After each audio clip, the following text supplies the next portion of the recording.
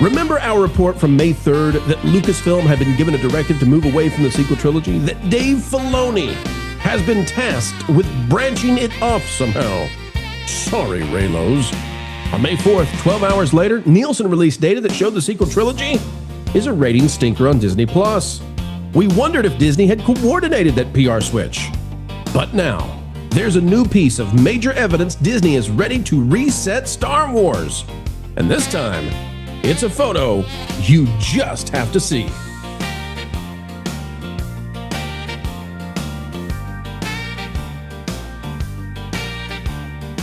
Hello, folks, and welcome back to the Pro Channel, and happy Mother's Day. There's a good chance you were born, ladies and gentlemen, from a mother. And if you have a mother, especially if she's a good mother, is she a great mother? Reach out to her and tell her Happy Mother's Day. It will make a difference, we believe. All right, ladies and gentlemen, click the like button. That'll make a difference. And take a look at what we are seeing on the screen right now. You, I, and everybody else in the world looking at The Guardian. The Guardian, I mean, sorry. The Guardian says Star Wars has to deliver a proper movie with the Mandalorian Grogu. Otherwise, the franchise está muerto, is dead. Ben Child saying it. The long-suffering saga has been kept alive this decade by TV alone, but even that will perish if the new movie fails to extend its universe.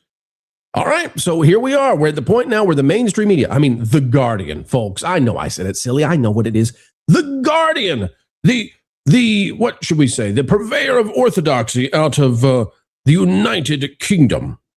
The Guardian of all places, where Star Wars is made, says it's at the edge of death, right? Can it be revivified? We don't know.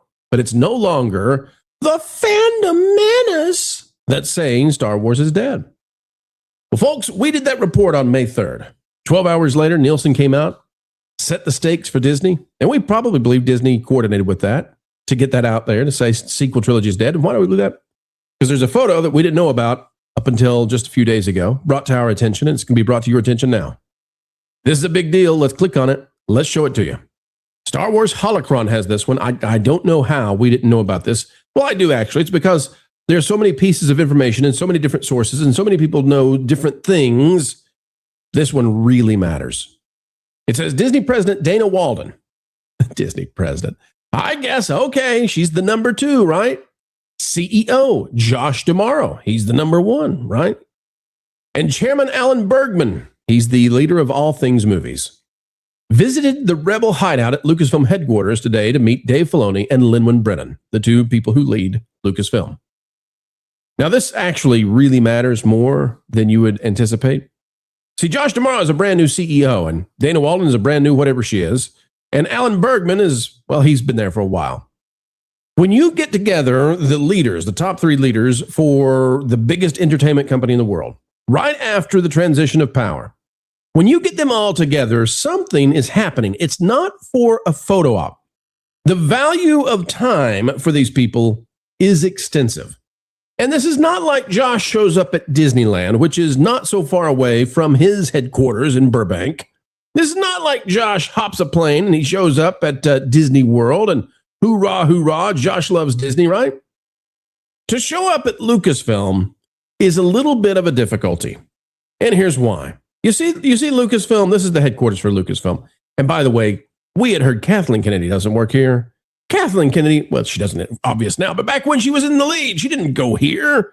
It's too hard to get here. What are we talking about? Well, George placed Lucasfilm right on the bay of San Fran, okay? And it's difficult to get here. You got to go fly in, right? San Bruno, and then you got to drive all the way up. And, you know, it is right by the bay. It's a beautiful place. And if you worked here every day, it'd be wonderful, right? You get the pathways, you got the water, you got the little, can we see the Yoda statue? We can see the little bitty Yoda statue. It doesn't look very good in this, but it's a Yoda statue. The problem is, it's hard to get here. I mean, it's not like, you know, trying to get somewhere in Montana, you know, remotely, right? It's not like trying to get into parts of West Virginia, but it's not easy necessarily to get here compared to where these execs are used to. Now, that means that if you go to Lucasfilm, you got to fly in, you got to fly out, you got to do all the transportation. You're looking at probably a full day of stuff. So to gather all the executives, I hope I've set the table enough to explain this, to gather all of the major executives of Disney, to gather them together, it's a full day. I mean, it just has to be. So Josh D'Amaro, Dana Walden, and Alan Bergman went to Lucasfilm probably for an entire day to meet with Linwood Brennan and Dave Filoni. Now, why would the entire entertainment top of Disney, why would they spend an entire day at Lucasfilm? Well, let me ask you this. Did they do that at Pixar? No. Is Pixar okay? No, they didn't do that, though. I mean, this is very soon after Josh D'Amaro becomes CEO. Did they do it for Marvel? No. Is Marvel okay? No. Did they do it for, ESPN? No. Almost as soon as Josh becomes CEO, he gathers the entire leadership of Disney. And they go to Lucasfilm. And they're all smiles, right? Because they're all going to be smiles. But they all gathered over here at Lucasfilm together. And so that happened on April 29th. Okay? On April 29th, they all gathered together. Good for them, right? We're happy for them, right? April 29th. Okay. Then what happens? Well, April 29th is a Wednesday. By the 4th, on Monday, Nielsen had declared that the sequel trilogy is an absolute stinker. So let me say it again. The 30th of May, or excuse me, the 30th of April is the Thursday. The 1st, 2nd, and 3rd are the weekend. On the 4th, okay, 5 days later, Nielsen declares the true ratings for the sequel trilogy for the first time ever. Puts them out there. The whole world knows the sequel trilogy is a failure. But also, folks, it was 3 or 4 days later, depending on how you count this, that we got the scoop that something's happening. And we told you about it. And we said, here's what's happening. We're hearing from our sources. They're getting ready to move the sequel trilogy. 3 or 4 days after this meeting, and we didn't know the meeting happened. We didn't know this photo was out there. Now, does it mean that we've got some sort of angle into exactly what's going to go down with the sequel trilogy and how they're going to split it off? We think it's the world between worlds. We think the directive has happened. I don't think the executives care how it happens. They see the numbers and they're telling Dave, you got to do something. We don't care. Like, do your Dave Filoni magic, but it's got to go. All right, take a look at this. More evidence we've got right here out of the Star Wars schedule, TV, movies, and games. This from Star Wars TV Updates. Look at this. You can see it's happening. I mean, you just can see it. The Mandalorian Grogu movie comes out on the 22nd. There's a video game that comes out October 6th. Everything else Star Wars is basically, we don't know when it comes out. It's in development, maybe something, except for Starfighter, which is a standalone. Starfighter, Ryan Gosling, May 28th of next year. But everything else, and Starfighter being a standalone means it doesn't really interconnect with this stuff. Everything that's interconnected comes to a stop after the Mandalorian movie. Okay? It turns into, we don't know. We think Ahsoka is coming out for the holidays this year. That's what we think, for 8 episodes. But guess what else? Guess what else, ladies and gentlemen? We've got more stuff on Ahsoka because, well, you'll want to see this. Dave Filoni asked about, is this the final season? We've told you we think it is. We've heard that it is. Ahsoka season 2, final. And we've told you that we think that Ahsoka is going to be used to do the world between worlds and reset the Star Wars stuff. And maybe not in that season, by the way, maybe in a mini project, because they want it to be something that would be movie worthy so that audiences everywhere know what this is. Here's Dave Filoni on whether or not Ahsoka gets a season 2. Now, this is Maul's moment, so. It's true. I'll ask you one more questions about that. Yeah. I read earlier, but it was on Twitter, so I don't know where it came from. It probably came from us. Who knows? That it was the last season of Ahsoka. Really? Yeah. You never know. Everything works, as planned, and I know where the story goes and where it should tie up, and so I'm not really worried about that. But fans. There's a giveaway here, folks. Did you hear the giveaway? Let me play it again. You see what you think about this, okay? Everything works, as planned, and I know where the story goes and where it should tie up, and I know where the story goes and where it should tie up. It's the tie-up thing that's a little bit interesting, isn't it? Because you normally don't use that phrase for finishing a story. You would say it winds down. I know what the ending is, but ties up. That's an interesting word choice. Now, maybe it's just coincidental, but what's it tying up exactly? What's a story tying up? That's just an odd. Do you say that? Do you say, well, I finished the book. Okay, well, what happened? Well, it tied up this way. It's just an interest.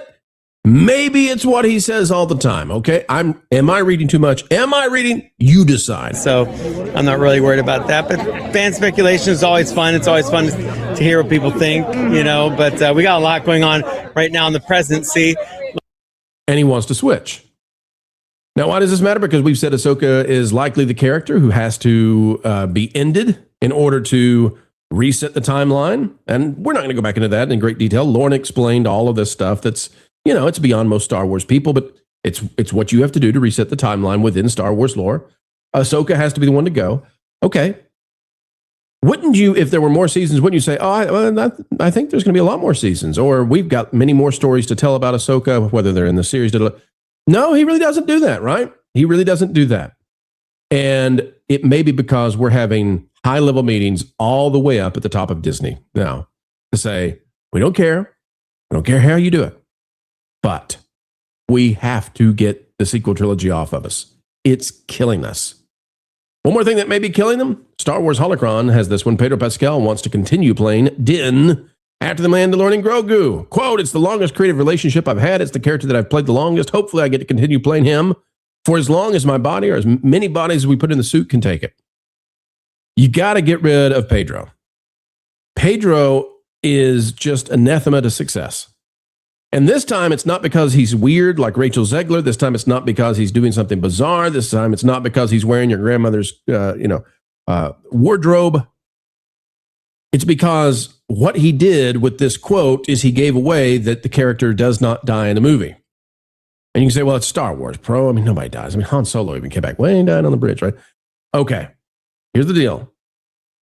When you have a movie like Mandalorian Grogu, everybody knows that Grogu is not going to die. They're not going to kill Little Muppet. So where is the tension then? What makes this worthy of going to see? Why is it not just another episode on the big screen of The Mandalorian and we all hated season 3? Because you might get the death of The Mandalorian and then Grogu's got to go with Luke or Ahsoka or something like, oh boy, I got to go see the movie. Oh, I got to go see the movie. I got to see if The Mandalorian actually lives. And Pedro comes out 2 weeks before the movie comes out and says, basically, I'm not going to die. Character's not going to die. Don't worry about that. I'm going to be playing this guy for a long time, okay?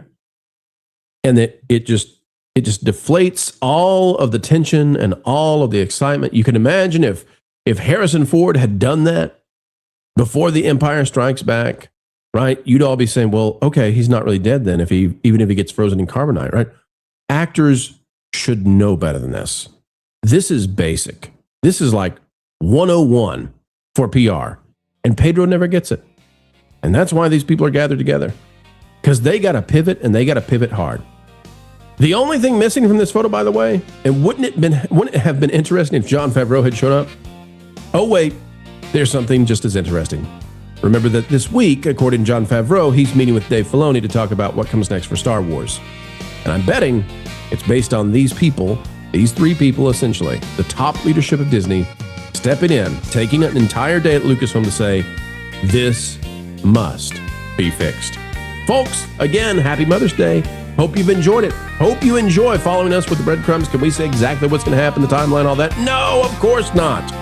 But all signs are now pointing in the direction that we talked about. And Star Wars is going to get a change. Might not be a good change, but a change is on the way. Ladies and gentlemen, keep learning, keep growing, keep having fun. Click the like button. We'll see you soon. And bright suns if you're at Galaxy's Edge.